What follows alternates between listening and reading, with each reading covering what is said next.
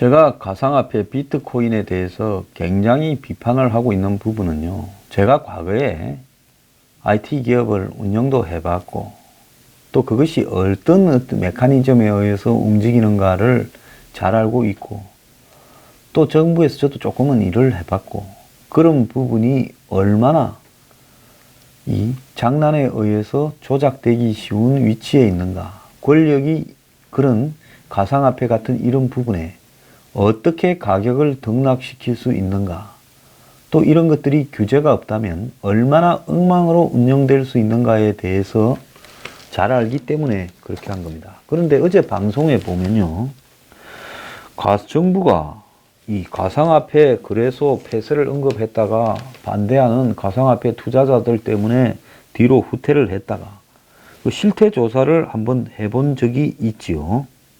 가상화폐 거래소 실태 조사를 했습니다.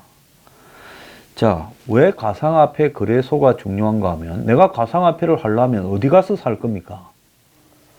내가 가지고 있는 돈으로 가상화폐를 갖다가 사서 그 가격 등락에 따라서 또 내가 팔아야 될 거 아닙니까? 그러면 거래소가 있어야 그걸 할 거 아닙니까? 주식도 증권회사가 있고 또 한마디로 증권 거래소가 있듯이 가상화폐도 어딘가는 팔고 살 데가 있어야 개인이 할 수 있는 거 아니겠어요? 개인이 가상화폐를 채굴해가다가 또 살 사람 만나서 물물 거래는 할 수 없는 거 아닙니까? 그럼 가상화폐 시장이 거래소입니다. 그러면 이 거래소라는 거는 법과 제도에 의해서 규정이 되어 있어야 되는데, 통신판매업 등록해가지고 거의 화폐를 팔고 샀으면 거기에 정말로 도덕성과 그런 어떤 거래소에 대한 기준이 명확하게 엄격한 법률과 처벌조항과 더불어서 감시감독기구가 있어서 이루어지지 않는다면 나는 그것이 인터넷에 표시되는 가상의 비트이기 때문에 아무런 문제가 없을 거다라고 생각을 하지만, 보이지 않는 이 사이버상의 비트가 조작해먹기가 훨씬 좋다라는 겁니다. 그런 부분 때문에 그 거래소가 억만진창일 거라고, 돈 빼먹고 범죄에 이용당하고 해킹당하고 개판 5분 전일 거라고 수도 없이 제가 이야기를 했어요. 자, 그런데 정통부와 방송통신위원회가 9월부터 12월까지 가상화폐 거래소 10곳의 보안 실태를 점검을 하니까 보안 기준을 충족한 곳이 하나도 없더라. 세부 점검표를 보면 권고 미흡을 뜻하는 세모와 가입표가 수두룩하더라. 관리자망과 일반 인터넷이 분리되지 않고 있다. 이건 해킹을 당할 가능성이 높다는 거죠. 검거에 해당하는 가상화폐 지갑의 관리도 부실한 데다가 해킹을 막기 위한 방화벽도 제대로 구축되지 않아 지적이 쏟아졌다고 합니다. 가상화폐의 기술의 핵심이 뭡니까? 블록체인 기술을 바탕으로 해서 이 모두가 분산된 원장의 기록이 되고 있어서 누군가 해킹을 해서 손해를 입힐 수 없다라는 게 가상화폐의 기본 논리인데, 가상화폐 거래소가 해킹이 되어서 수두룩하게 날렸다. 제가 그 이야기 좀 이따 또 하겠습니다. 심지어 가정용 무선 인터넷 공유기를 쓰는 거래소도 있더라. 이 무선 인터넷 공유기라는 게 누구나 해킹할 수 있는 부분이지 않습니까? 그래서 지난해 거래소 유빗이 해킹을 당한 뒤 파산했고, 최대 규모 거래소 빗썸에서도 개인정보 유출 사고가 있다고 하는 겁니다.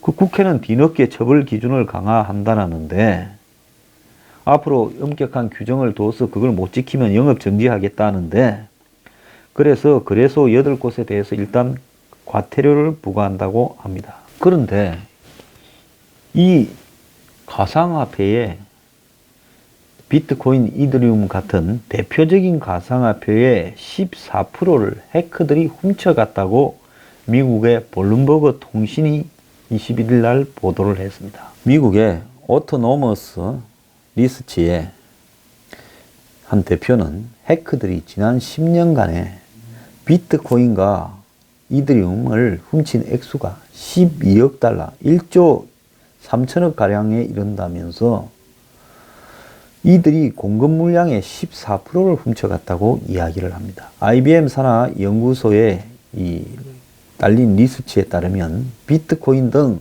암호화폐 해킹으로 기업과 정부가 받은 피해가 12조에 이른다라고 합니다. 블룸버그 통신은 블록체인 기술은 해킹 당하지 않는 것으로 알려졌지만 이는 사실과 다르다고 이야기를 했습니다. 모든 소프트웨어처럼 블록체인도 역시 버그가 있어서 버그가 활성화되면 블록체인도 해킹의 무방비가 될 수 있다는 거예요. 그래서 제가 이야기하잖아요. 블록체인 기술로 만든 가상화폐가 해킹을 당하면 이 블록체인 기술이라는 것조차도 그 근본적인 원장이 되는 가상화폐의 근본이 되는 블록체인 테크닉도 해킹이 된다. 블록체인 보안업체 운영자는 블록체인 자체가 버그를 가지고 있다. 버그가 활성화되면 다른 소프트웨어처럼 보안이 취약해진다. 만약에 보안 문제가 발생한다면 이것이 눈덩이처럼 현실화될 수 있다고 경고를 하고 더 많은 회사와 더 많은 개인이 암호화폐 시장에 몰려들어서 투기판을 벌이고 있는데 이게 해킹이 된다면 무슨 소용이 있겠냐는 거죠. 자, 보안업체인 시스코의 탈로스의 연구원들에 따르면 이들은 고객 중 버그로 인해 거래 정보가 틀린 경우가 속출했고 이로 인해 한 656억의 손실을 보았다고 밝혔습니다. 한 고객이요. 지난해 12월에도 한국의 암호화폐 거래소인 UBC 자산의 17%를 해킹당했다며 파산 보호를 신청했고 같은 달 채굴업체인 나이스해시도 673억 원치의 비트코인을 도난당했다고 합니다. 시장이 초기라서 블록체인이 오히려 해킹에 더 취약할 수도 있다라고 이야기를 하고 있는데요. 소매업체 데이터베이스보다 블록체인을 해킹하는 것이 더 어렵지만 보상도 크기 때문에 해커들이 몰려드는데 뚫리고 있다는 거예요. 그래서 블록체인으로 만드는 가상화폐는 안전하다? 아니라는 거죠. 기본이 안전하지도 않다는 겁니다. 그러면 운영을 하는 놈들이 정신 상태라도 정상이어야 되죠. 보통 이런 거 거래소 하겠다라는 사람들 중에 제가 생각을 할 때는 정상적인 인간이 별로 없을 거라고 봅니다. 왜? 이런 데 뛰어들어서 돈을 투자해서 벌어먹겠다고 하는 사람이요. 건전한 사람이면 이런 일을 안 합니다. 한번 봅시다. 가상화폐 거래소와 은행의 관리 상태가 개판 5분 전이었다는 거죠. 가상화폐 거래소가 60곳이 지금 국내에 넘는다는데 한 거래소의 경우 법인 계좌로 들어온 투자자 돈 109억 중에 75억을 대표와 임원 명의의 개인 계좌로 이체시킨 사실이 적발됐다. 자, 돈이 들어오면요. 그 돈을 그대로 둬야 될 거 아닙니까? 그리고 거기에 수수료 부분만큼만 갖고 가야지요. 거래가 완료되면요.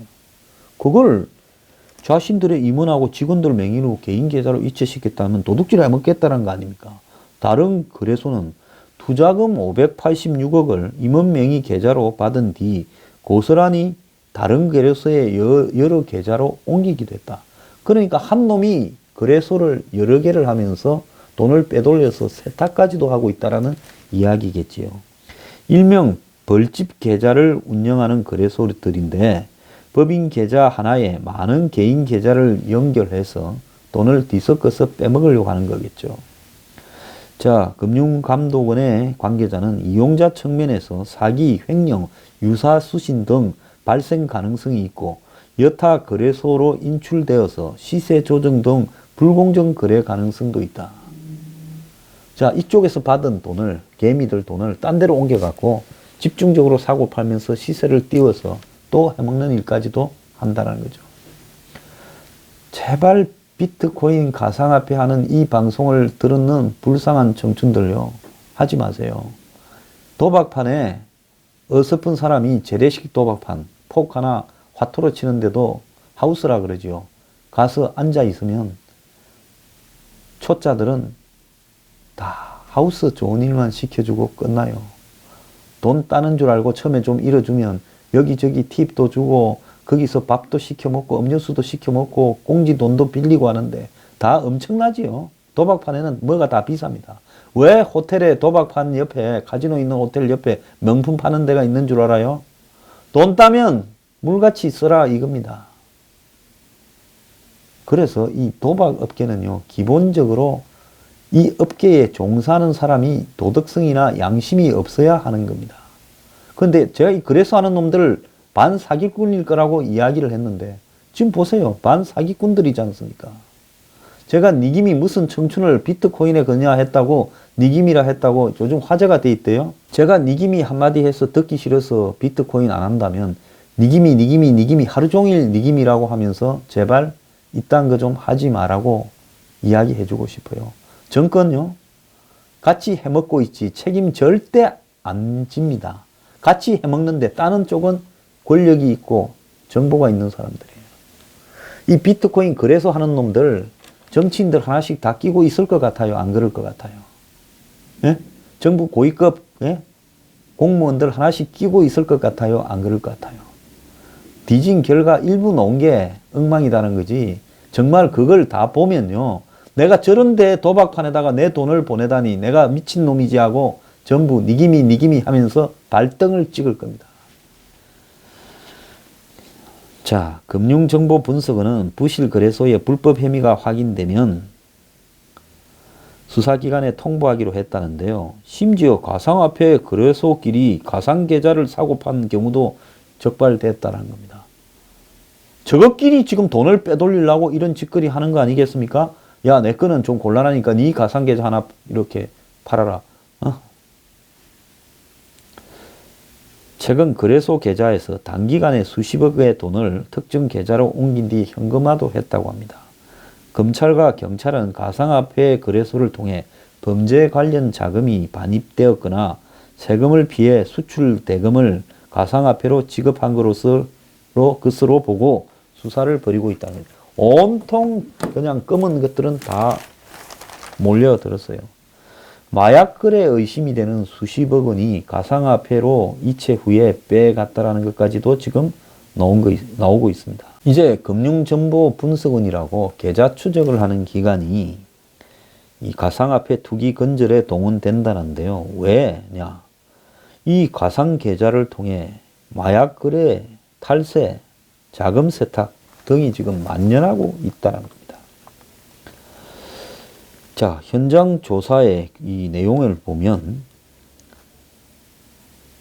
단기간에 가상화폐 거래소 계좌에서 수십억의 자금이 한 명의 계좌로 계속 이체된 이후에 현금으로 바꿔서 이렇게 빠져나갔다는 겁니다. 그런데 금융정보당국자는 가상화폐 거래자가 마약 범죄 전과가 있고 해외를 다녀온 게 아닌지 이런 기록들이 있는 겁니다. 그래서 마약 대금을 가상화폐로 이렇게 투자한 것처럼 해가지고 국내로 이제 갖고 들어와가 마약 판 돈을 그걸 이제 현금화했다라고 의심한, 그러면 자금 세탁으로 가상화폐 거래소가 역할을 한 거겠죠. 거래소의 이 계좌에 오가는 의심스러운 거래에 대해 은행 감시망도 허술하다는데요.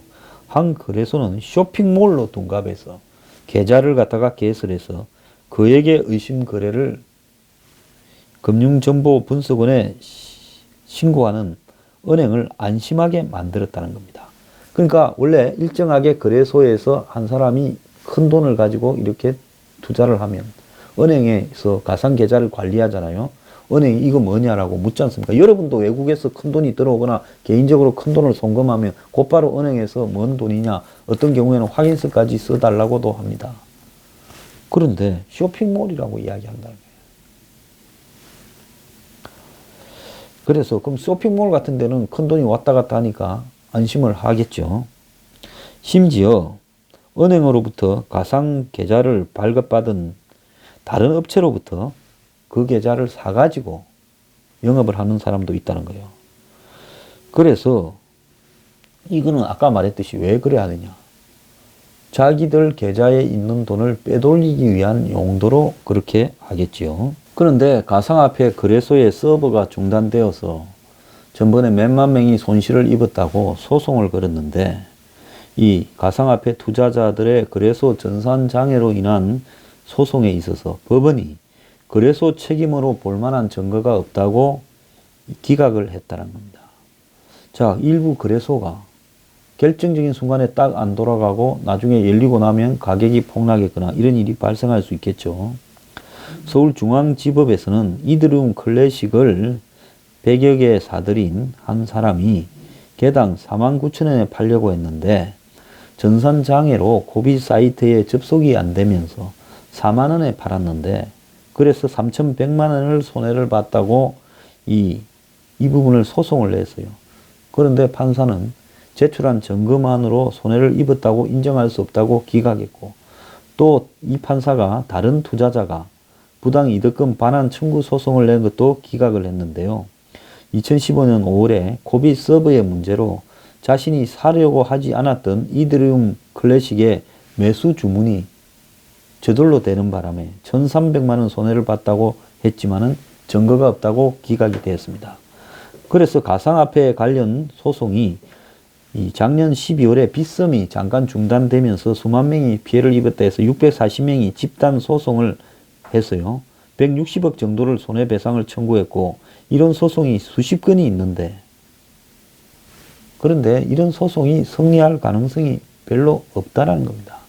그러니까 잘못되면 내가 다 뒤집어 써야 되는 거고 그거 파산해도 내가 다 뒤집어 쓰고 해킹해도 내가 다 뒤집어 쓰고 그 거래소 운영하는 놈은 거의 도둑놈이다 라는 겁니다. 여기에 가상화폐 채굴기까지 지금 불법 수입이 되고 있다는데요.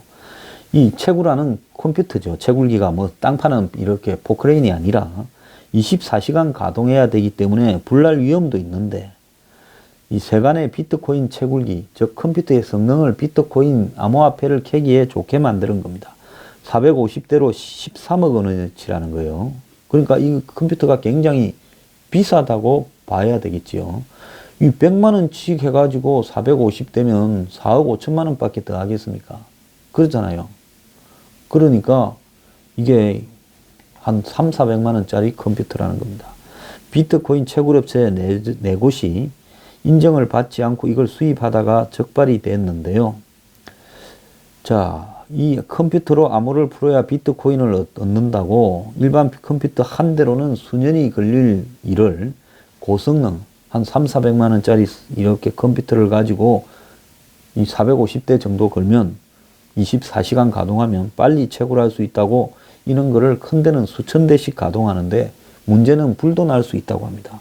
비트코인 채굴기는 한 대당 소비 전력이 800에서 1500와트로 에어컨 한 대 돌리는 거하고 비슷한데 에어컨도 하루 종일 풀로 돌려보세요. 문제가 될 건데 이걸 수십 대 수백 대를 한꺼번에 돌리면 과열이 되어서 불이 날 가능성이 있죠. 지난달에 강릉의 한 건물 지하에 가동 중이던 이 비트코인 채굴장에서 불이 났다는 겁니다. 그래서 300대 가량이 현장에서 동시 채굴하다가 이런 일이 벌어졌다는데요.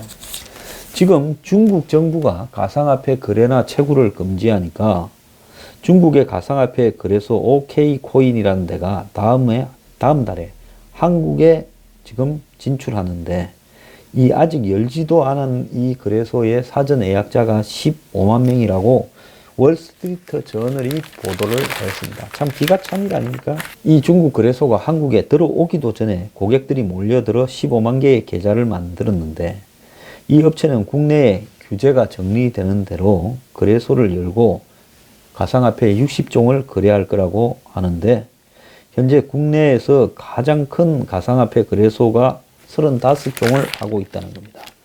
자, OK코인 코리아는 서울에서 가상화폐 거래소를 열기 위해 작년부터 준비해 왔다고 합니다. 한국이 이제 중국에 이것들 다 몰려와가지고 봉으로 만들고 있습니다. 자, 2013년 중국에서 설립됐는데 이 회사는 중국 정부가 가상화폐 거래소를 맡기 전까지 중국에서 가장 큰 거래소였는데 현재 중국 바깥으로 서버를 옮겨서 운영하고 56위의 세계 56위의 가상화폐 거래소라는 거죠. 또 다른 중국의 거래소 후오비도 한국 시장 진출을 준비하고 있다고 하고 일본의 3대 가상화폐 거래소 중에 하나인 비트포인트도 준비하고 있다는 겁니다.